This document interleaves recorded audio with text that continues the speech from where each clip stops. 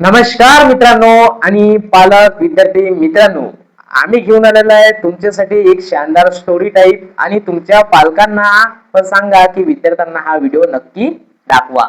कारण हा व्हिडिओ तुमच्या भविष्यासाठी तर तुमच्या मुलांच्या भविष्यासाठी आणि विद्यार्थी असेल तर त्यांच्या भविष्यासाठी हा व्हिडिओ नक्की कामात येणार आहे.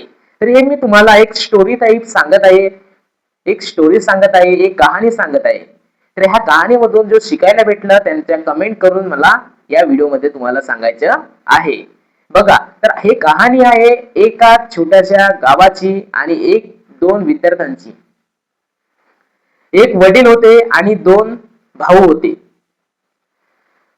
वडिलांचे दोन मुलं होते, म्हणजे ते दोघे भाऊ होते आणि ते दोघा भावाला त्या वडिलांनी एका शानदार एका गावामध्ये पाठवलेलं होतं आणि त्यांना फक्त 6 महिन्याची सवलत दिलेली होती.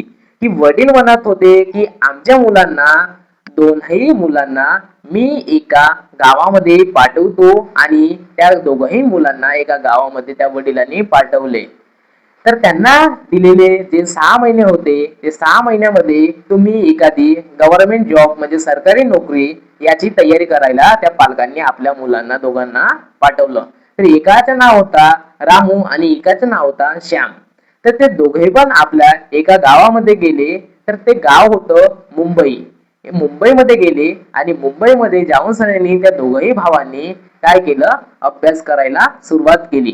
म्हणजे एखाद्याला दिलं ते तुमचे क्लासेस लावा, काही लावा, काहीच करा, हे तुम्हाला इतकं पैसे दिलं आणि दोघांनाही समान पैसे दिलं आणि दोघांनाही समान टाइम दिलं की जा तुम्ही या 6 महिन्यामध्ये तुम्ही करिअर मध्ये काही करा. जसे की तुम्हाला जर आपल्याला एखादी क्लासेस लावायला त्यांना पैसे दिलं, सर्वच दिलं, या 6 महिन्यामध्ये तुम्ही जो काही आहे तो आपल्या लाईफचा करून टाका. तर रामू आणि श्याम जो होता ते दोघं पण गेले मुंबईला, क्लासेस लावलं, क्लासेस जॉईन केलं, अकॅडमी लावलं, अकॅडमी जॉईन केलं आणि ते दोघंही अभ्यास करायला सुरुवात केली. दोघे पण अलग अलग रूम मध्ये होते आणि दोघांनी पण अभ्यास करायला सुरुवात केली. जसे की आता 1 महिना झाला, 1 महिना बरोबर प्रॉपर मध्ये अभ्यास केला. अभ्यास केल्यानंतर त्यांना जे रामू होता त्यांना एक मित्र भेटला. तर ते मित्र भेटला तर त्या मित्राशी मैत्री जोडली कोणी, रामूने. तर रामूने मित्राशी मैत्री जोडल्यानंतर त्यांनी अभ्यास बहुत कमी केला.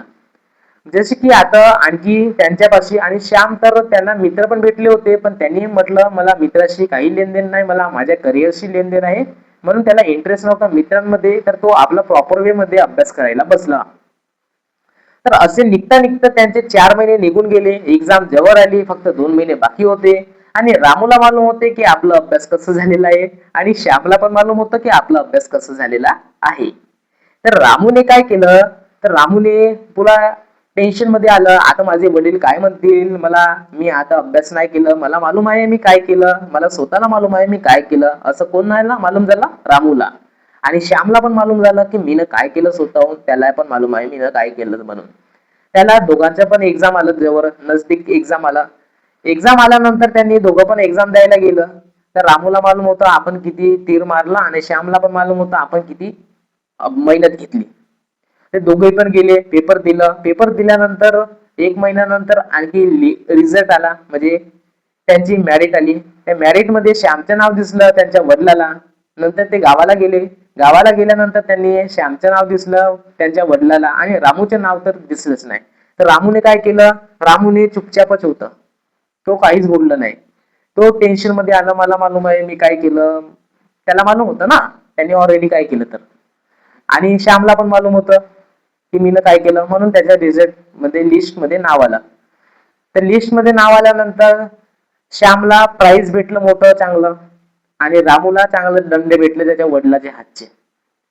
त्यांच्या वडिलाच्या हातचे दंड भेटल्यानंतर त्यांना समजलं की नाही, हा टाइम खूप उपयोगी होतं, मीनं बिना कामानं वेस्ट केलं. आता त्यांच्याकडे एकही महिना किंवा एकही टाइम वाचलेला नव्हतं. त्यांची एज जी आहे ते निघून गेलेली होती. ते एज निघल्यावर त्या रामूला समजलं की काश मीनं या टाइमावर हा अभ्यास केलं असतं तर आज मला चांगलं उच्च पदाधिकारी किंवा चांगलं नोकरी आणि समाजामध्ये इज्जत कमवायला भेटलेली असती. तर त्यांनी काय केलं, त्यांनी काय केलं, त्यांनी नाही केलं, त्यांनी काय केलं, त्यांनी त्यांना समजलं आता त्यांचे कास. त्यांना समजलं आता की आपण या ध्येयापर्यंत पोहोचायचं असेल तर आपल्याला जो टाइम असते तो खूप इम्पॉर्टंट असते. तर या व्हिडिओमध्ये तुम्हाला टाइमचं खूप इम्पॉर्टंट समजलं असेल. तरी आपलं जे लाईफ आहे ते काम चांगल्या कामासाठी लावा, समाजाच्या सेवासाठी लावा, देशाच्या रक्षेसाठी लावा आणि चांगल्या आपल्या स्वतःसाठी सर्वात मोठं इम्पॉर्टंट आहे टाइम. म्हणून सर्वात जास्त आपल्या स्वतःसाठी टाइम खर्च करा. आणि व्हिडिओ आवडला असेल तर लाईक करा आणि नवीन असाल तर चॅनलला सबस्क्राईब करा. आणि या व्हिडिओ मधून तुम्हाला जर काही समजलं असेल तर आम्हाला कमेंट करून नक्की सांगा. धन्यवाद मित्रांनो.